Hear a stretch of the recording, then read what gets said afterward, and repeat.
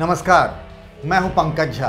आप मेरे साथ देख रहे हैं of the record. Priyanka Gandhi Lucknow से दिल्ली वापस लौट आई हैं, लेकिन अपने पीछे उन्होंने छोड़ा है यूपी चुनाव लड़ने की रणनीति। जी हाँ, इस बार जो यूपी में चुनाव होगा ना, वो प्रियंका गांधी स्टाइल में होगा। और ये प्रियंका गांधी का स्टाइल यही है कि लोहा लोहे को काटता है। यानी अगर दुश्मन को चुनौती देनी है ना, तो उसके गढ़ में घुसकर, उसके मांद में घुसकर चुनौती दो। कहने का मतलब ये है कि प्रियंका गांधी यूपी में कांग्रेस के लिए चुनाव प्रचार की शुरुआत वाराणसी से करने जा रही हैं। जी हाँ, ठीक सुना आपने, वाराणसी यानी काशी, जो कि प्रधानमंत्री नरेंद्र मोदी का लोकसभा क्षेत्र है। वहीं से उन्होंने चुनाव लड़ा और फिर पूरे देश में छा गए। अब उसी जगह से प्रियंका ने भी कांग्रेस के लिए उम्मीदें तलाशने का काम शुरू करने का फैसला किया है। 10 तारीख को वो वहां रैली करेंगी। इस रैली के लिए पूरे यूपी के सभी कांग्रेसी कार्यकर्ताओं को कहा कि आप पहुंचिए वाराणसी। यानी माहौल ऐसा बनाया जाए ना, बनारस में बना रहे रस जिसका बनारस, उसमें ऐसा माहौल बनाया जाए कि भाई यही कांग्रेस पार्टी ही इकलौती ऐसी पार्टी है जो बीजेपी को टक्कर दे सकती है। अभी तो यूपी में सबसे बड़ी लड़ाई क्या है जानते हैं? बीजेपी तो एक तरफ है सबसे ताकतवर पार्टी, दूसरी तरफ है समाजवादी पार्टी, बीएसपी, कांग्रेस। अब इसमें यह है कि आखिर बीजेपी के खिलाफ सबसे ताकतवर विपक्ष कौन?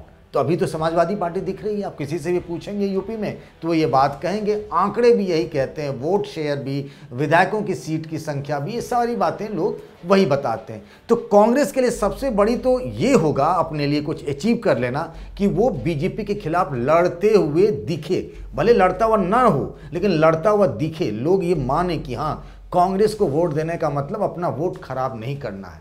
तो ये जो लोगों के मन में परसेप्शन बन रहा है ना, लगातार 2009 के बाद से यूपी के लोगों में कांग्रेस को लेकर के उत्साह बिल्कुल धीरे धीरे खत्म होता चला जा रहा है। प्रियंका लोगों के मन में वो छवि बैठाना चाहती है कि ये वही कांग्रेस पार्टी है जिसने देश में, प्रदेश में शासन किया, आप सबके लिए साथ खड़ी रही। कई लोग तो आज भी गाय बछड़ा से वोट देते आ रहे हैं, पंजा छाप तक वोट दे रहे हैं। तो वो जो सेंस ऑफ बिलोंगिंगनेस है, उनको ये बताना समझाना है कि कांग्रेस ही चुनाव लड़ सकती है बीजेपी के खिलाफ, क्योंकि ये क्षेत्रीय पार्टियां, इनको वोट देना बेकार है। इसीलिए प्रियंका गांधी ने फार्मूला अपनाया है कि इस बार हम बड़े चेहरों को उनके ही गढ़ में चुनौती देंगे। मोदी को चुनौती देंगे कहां? मोदी के गढ़ वाराणसी जाकर। इसीलिए रैलियों की शुरुआत 10 अक्टूबर को वाराणसी से कर रही हैं।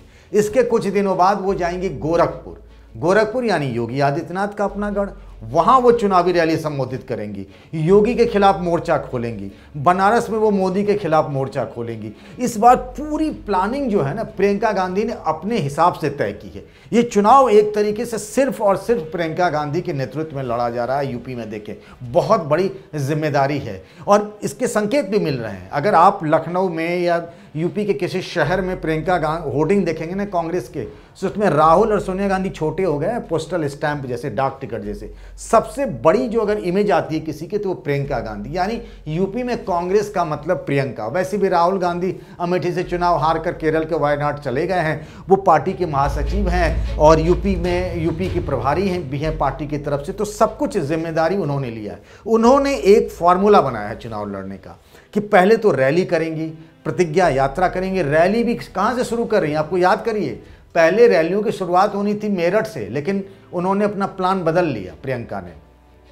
मेरठ के बाद पश्चिमी यूपी से ही होना था। प्लान बदल के सबसे पहले कहा, चलो भाई, सबसे बड़ा नेता देश का कौन? सबसे मजबूत नेता तो मोदी। तो चलो मोदी के खिलाफ हम बनारस में लड़ेंगे। उसके बाद कौन है यूपी में जिससे लड़ना है? वो है योगी आदित्यनाथ। तो चलो गोरखपुर में प्रियंका गांधी दूसरी रैली करेंगी। इस बार उन्होंने अपने चुनावी समीकरण भी जो है ना, सामाजिक समीकरण, यानी कहाँ कहाँ से वोट आ सकता है, उसके लिए भी एक अलग स्टाइल डेवलप किया है। इस बार वो सोशल मीडिया पर बहुत ध्यान दे रही है। वो जानती हैं कि बीजेपी 2014 में, याद करिए कि जब नरेंद्र मोदी आए थे तो सोशल मीडिया ने उनके लिए लिए कितना बड़ा काम किया था, सबसे बड़ा हथियार था, उनको बहुत मदद मिली थी। इस बार प्रियंका गांधी सोशल मीडिया में, एक तो वोट के मैदान में और दूसरा सोशल मीडिया में बीजेपी को चुनौती देने के लिए वो एक वॉलंटियर्स की फौज तैयार कर रही हैं। हर विधानसभा सीट से लेकर के बूथ तक ऐसे लोग मिलेंगे जो बीजेपी को व्हाट्सएप से लेकर फेसबुक, ट्विटर, जितने भी इंस्टाग्राम, जितने भी सोशल मीडिया के प्लेटफॉर्म हैं, वहां पर बीजेपी को वो टक्कर देंगे। उनका कहना है बीजेपी वाले जो झूठ फैलाते हैं हम वो सच बताएंगे। इसके लिए ट्रेनिंग कैंप भी लगाए जा रहे हैं और इस बार उनका फोकस थोड़ा बदला सा है। जो पहले जो कांग्रेस का एक वोट बैंक था ना, दलित, मुस्लिम, ब्राह्मण, इस बार उनको लगता है कि पहले दलितों को कब्जा करो।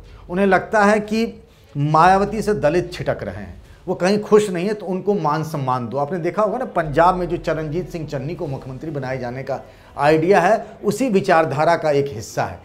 और वो बताएंगे, जताएंगे कि बीजेपी का तो कोई भी दलित मुख्यमंत्री नहीं, हम दलितों का इतना सम्मान देते हैं, तो दलितों को कब्जा करो।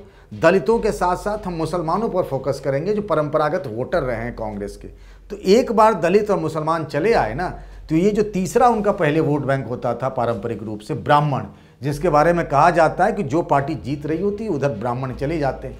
तो अगर दलित और मुस्लिम, ये जो 20-22% दलित हैं और मुस्लिम जो 19% हैं, अगर इनका एक मेजर चंक मिल गया तो ब्राह्मण तो खुद ब खुद चले आएंगे और फिर कांग्रेस की खिचड़ी पक जाएगी। लेकिन भाई ये सब सोचने में बड़ा अच्छा लगता है। यूपी में कांग्रेस किस हालत में है सब जानते हैं कि कांग्रेस के पास सिर्फ माया है, ज़मीन पर कांग्रेस नहीं है। अगर प्रियंका गांधी ज़मीन पर कांग्रेस को उतारने में, पार्टी को जिंदा करने में कामयाब हो जाती है तो उनके लिए नामुमकिन को मुमकिन कर देने जैसा ये काम होगा। हालांकि राजनीति में कुछ भी हो सकता है, कब हिट फ्लॉप हो जाता है, कब फ्लॉप हिट हो जाता है, कहना बड़ा मुश्किल है। लेकिन प्रियंका ने इस बार जो अपना फार्मूला बनाया है वो ये है कि लोहा लोहे को काटता है और मोदी और योगी को उनके गढ़ से चुनौती देकर वो अपने चुनाव अभियान की शुरुआत करने जा रही हैं इस बार यूपी में प्रियंका गांधी।